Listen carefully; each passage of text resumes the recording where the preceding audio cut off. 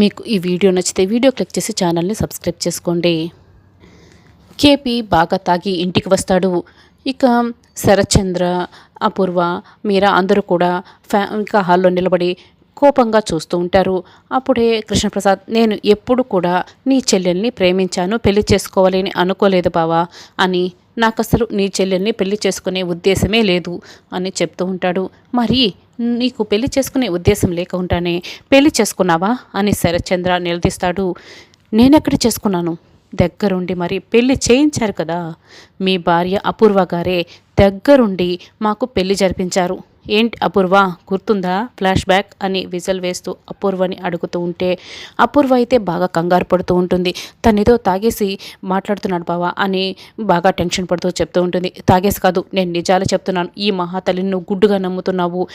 ఈ మహాతల్లి ఈవిడ కాదు, ఈవిడ అని శోభాచంద్రి ఫోటోని కృష్ణప్రసాద్ చూపిస్తాడు. ఆవిడ చచ్చిపోలేదు, చంపేశారు అని కృష్ణప్రసాద్ ఇక నిజం చెప్పేస్తాడు. అయ్యో మామయ్య తాగేసి నిజాలన్నీ చెప్పేస్తున్నాడే అని భూమి అయితే కంగారు పడుతూ ఉంటుంది. ఏంటి, నా శోభాని చంపేశారా అని శరత్చంద్ర అయితే షాక్ అయి అడుగుతూ ఉంటాడు. అపూర్వ అది విని బాగా కంగారు పడిపోతూ ఉంటుంది. ఆ చంపిన వాళ్ళని చంపే ధైర్యం నీకుందా?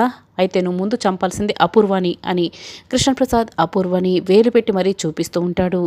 అపూర్వని ఆ మహాతల్లిని చంపేసింది అని కృష్ణప్రసాద్ నిజం చెప్పడంతో అపూర్వ అయితే ఇక బాగా కంగారు పడిపోతూ వణికిపోతూ ఉంటుంది.